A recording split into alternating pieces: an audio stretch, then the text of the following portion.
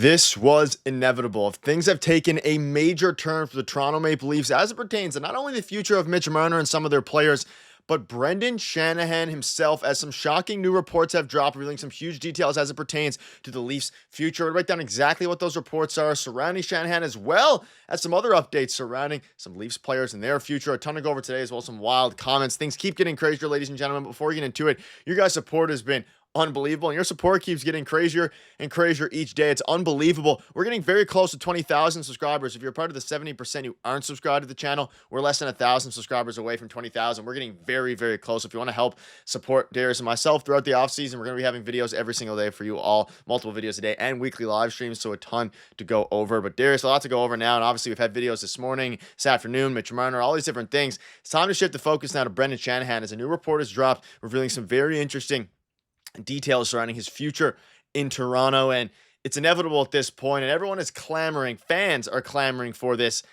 for him to be out of town. And of course, Mitch Marner, all the conversation has been about him, but it's now been a little bit shifted to Brendan Shanahan. James Myrtle this morning, everyone's speaking out about it. Team president Brendan Shanahan has felt like a dead man walking here for a while now, and in the final year of his contract and barely visible around the management team. It's hard to imagine a world where he's retained after 11 years at the helm. So James Myrtle all but confirming that Brendan Shanahan's time in Toronto is coming to an end. It has come to an end. The Shanahan plan clearly has failed, among other things.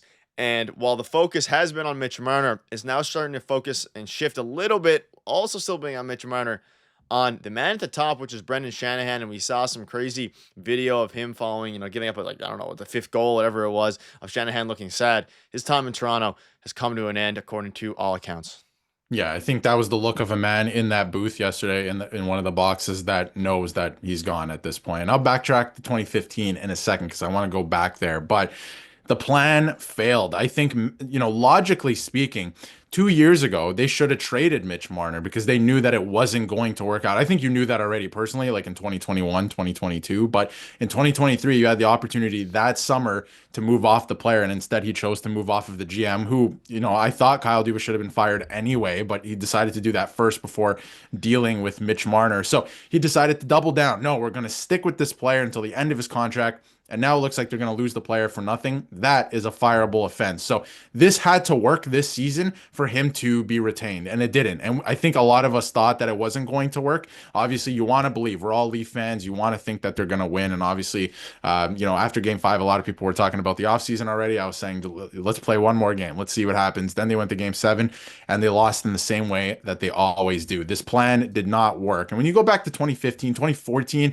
when he was first hired, there was all the memes about the Shanna plan. Everyone was very excited because there was finally structure in MLSE with the Toronto Maple Leafs, and it finally looked like we were going in a good direction. You had a president, right, who was controlling the business ops and the hockey ops, and Brendan Shanahan. He hired, Lou Lamoriello to straighten everything out. And it looked like they were heading in a good direction, and things fell apart very quickly because they refused, and I say they, but Brendan Shanahan refused to go in any type of different direction once you saw the results, and they were not working. So now he's going to pay for it with his job, essentially. And there are rumors that he's not necessarily getting fired. There's rumors that his contract was up now anyway, and they're just not going to renew it, and he's going to walk. But there's no way you can bring him back. And the other thing I will say before we dive into some other stuff and some other reports is I wonder moving forward, because we saw in a lot of the documentaries how much Shanahan got involved with a lot of the trades and stuff like that. I wonder if moving forward they hire a new president to handle the business ops, and they let Brad Treliving handle the hockey ops, and he has full autonomy over what happens in terms of trades, drafts, stuff like that. I think that would be best at this point because I trust Brad Treliving. Last offseason, he said our goaltending was bad and our defense was bad. And then last offseason, he went out and fixed those things. And then this year, it was the core group. They couldn't get it done, right? Like there was no excuses this year. Absolutely no excuses. So I do wonder if that's the direction they take with management. But one thing is for sure, I mean, there's no way Brandon Shanahan is coming back. Yeah, it's the face of a man who knows his time in Toronto is up, and it's rightfully so. And again, Myrtle basically confirming it. And you can see this here from Leafs updates. Clear out Shanahan at 21 here. Make Treliving the head hockey guy. No need for a replacement, especially with Pelly here now. And we saw Pelly speak out, and we assume sometime this week. Today's a holiday, obviously, so it's probably not going to happen today. Sometime this week, we're going to hear the end of, I remember last year we had the end of season, presser, and we saw Shanahan come out, and we were like, dang, because he's going to remain with the team. Going to be interesting to see what happens surrounding all that, what Brad Living has to say, and we'll of course cover that, with you guys, and we'll keep you up to date with the latest surrounding that. But at the end of the day, the Shanna plan has failed. Jonas Siegel saying this should be the end, and this should finally be it for the core four Maple Leafs. And of course, we've had a lot of videos discussing the end. It is over, the core four, which is a good sign. I'm very happy about that. And it's also, I'm happy that, like you mentioned, I mean, it should have been, Mitch Marner should have been traded. And clearly Dubas was, I think, trying to trade Mitch Marner, and then Shanahan fired him and then got Brad Living. That's still up in the air if that was true or not. Maybe I don't want to give Dubas too much credit there, but regardless, they needed to trade Mitch Marner before the no move clause. We knew this wasn't going to work. And yes, we believed for a bit this year that the team was different. I still think the mentality that Craig Berube instilled in this team is different, but at the end of the day, they do this, which is tease you, dangle the carrot, rip your heart out. I'm not falling for it this time. It's over. And of course, Biz was correct. I believe this was after the Max Domi goal, and ultimately they ended up scoring like 2 or 3 more after that, the Panthers, that is. So it is over. And I think one of the biggest positives out of all this is that, the team needs changes. They're going to get changes. And we're hearing rumblings that these changes are going to be a lot bigger, which I have a video on sometime soon here, but a lot bigger than we think.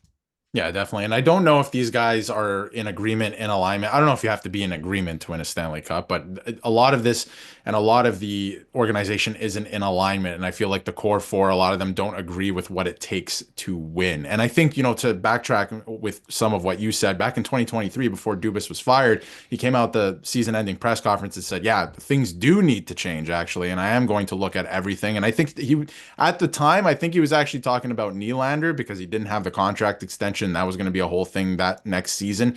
But now you've made your bed. You signed Nylander to 8 years. He has a no movement clause, and the man to leave now is Mitch Marner. And at the end of the day, we've seen time and time again, Nylander, for the most part, does show up more than anyone else on this team, right? So I am kind of happy keeping Nylander. And we saw in the documentary, the Amazon documentary, he's yelling at the other guys to get going. And again, he scored in a couple of those games against the Boston Bruins last year, but ultimately same result as well. But I think at the time they were going to make moves, and then they decided to fire the GM himself. And again, he probably should have been fired, but priorities at this point, you have to make the team better, and they weren't thinking about that. So it's unfortunate. I think the idea of the core four must be dead at this point. Like, it just does not work. They need to change things. They need to bring in new players with different mindsets and a winning mindset, because again, this is just, it was absurd the way that they did this again. So it's going to be interesting to see what they do, but management will change. There's going to be a lot of changes, I think. And according to James Myrtle, like, there's a lot more on the table than people realize. And I think that's like Morgan Riley at this point. Like, he didn't play well. You can move off of him as well. So